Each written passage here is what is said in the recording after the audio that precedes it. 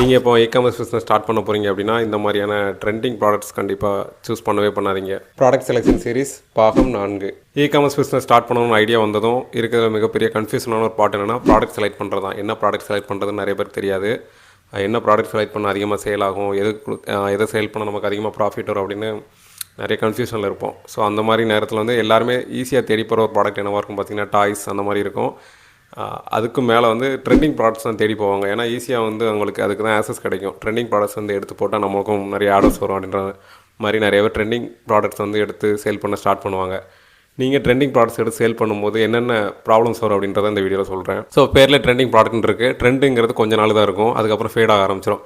இப்போ இந்த பாண்டாவே பார்த்தீங்கன்னா ஸ்டார்டிங்கில் வந்து ஹோல்சேல், அதாவது வாங்குறவங்களுக்கே வந்து 400 ரூபாய்க்கு மேலே இருந்தது. கஸ்டமர்ஸ்க்கு 600 700 ரூபாய்க்கு விற்றுட்டு இருந்தாங்க. இப்போ வந்து இது பையர்ஸ்க்கே, அதாவது கஸ்டமருக்கே வந்து 250 ரூபாய்க்குலாம் கிடைக்கிற அளவுக்கு கம்மியாயிருச்சு. ஏன்னா அந்தளவுக்கு நிறையா ட்ரெண்டிங்கான ப்ராடக்ட்டுக்கு வந்து நிறைய காம்படிட்டர்ஸ் உள்ளே வர ஆரம்பிச்சிருவாங்க. சைனாவில் பார்த்தீங்கன்னா லபுபுன்னு ஒரு டாய் வந்து 13,000 கோடிக்கு மேலே சேல் ஆச்சு. அவ்வளோ ட்ரெண்ட் ஆச்சு, உலகம் ஃபுல்லாக வந்து நம்ம பார்த்தோம். ஆனால் திடீர்னு வந்து ஒரு 2 மாதத்துக்குள்ளே அந்த ட்ரெண்ட் வந்து போயிடுச்சு. ஏன்னு பார்த்தோன்னா அந்த ட்ரெண்ட் ஃபேட் ஆயிடுச்சு. அவ்வளோதான், மக்களுக்கு அது மேலே இருந்த அந்த ஒப்சஷன் வந்து போயிடுச்சு. அதே மாதிரி தான் ட்ரெண்டிங் ப்ராடக்ட்ஸ், என்ன ப்ராடக்ட் வந்தாலும் மக்கள் ஆர்வமாக முதல்ல வாங்குவாங்க. ட்ரெண்டாக ஆரம்பிச்சு தெரிஞ்சு நிறைய மேனுஃபேக்சர்ஸ் உள்ள வருவாங்க, நிறைய காம்படிஷன் அதிகமாகும். அதுக்கப்புறம் ட்ரெண்ட் ஃபேட் ஆனோடனே அந்த ப்ராடக்ட் போயிடும். நம்ம ட்ரெண்டிங் ப்ராடக்ட்டை நம்பி நம்ம அதிகமாக ஸ்டாக் எடுத்து வச்சுருந்தோம்னா அது டெட் ஸ்டாக் ஆகிடும். அதுக்கப்புறமா நம்ம அந்த ப்ராடக்ட்டை சேல் பண்ணவே முடியாது. நம்ம 400 ரூபாய்க்கு வாங்கிட்டு அடுத்து 250 ரூபாய்க்கு சேல் பண்ணுற மாதிரி இருக்கும். அது இல்லாமல் ட்ரெண்டிங் ப்ராடக்ட்ஸ் எல்லாமே உடனே அவங்க ஒரு அவசரத்தில் வந்து மேனுஃபேக்சர் பண்ணுவாங்க. அதில் வந்து குவாலிட்டி அதிகமாக இருக்கும், நம்ம எதிர்பார்க்க முடியாது. அதனால் கஸ்டமர் ரிட்டர்ன் அதிகமாக இருக்கும்.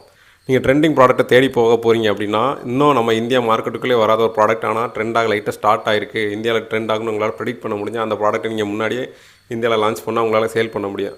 அப்படி இல்லை, ஆல்ரெடி ட்ரெண்டிங்காக இந்தியாவிலே போயிட்டுருக்கு அப்படின்னா நீங்கள் அந்த ப்ராடக்ட்டை சூஸ் பண்ணுறது வேஸ்ட்டு தான்.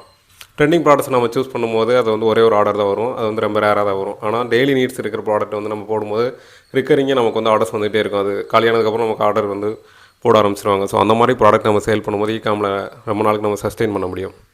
இ-காமர்ஸ் ரிலேட்டான இந்த மாதிரியான டிப்ஸ்லாம் நம்ம நிறைய போட்டுட்ருக்கோம். மறக்காமல் சப்ஸ்கிரைப் பண்ணி ஃபாலோ பண்ணி வச்சுக்கோங்க.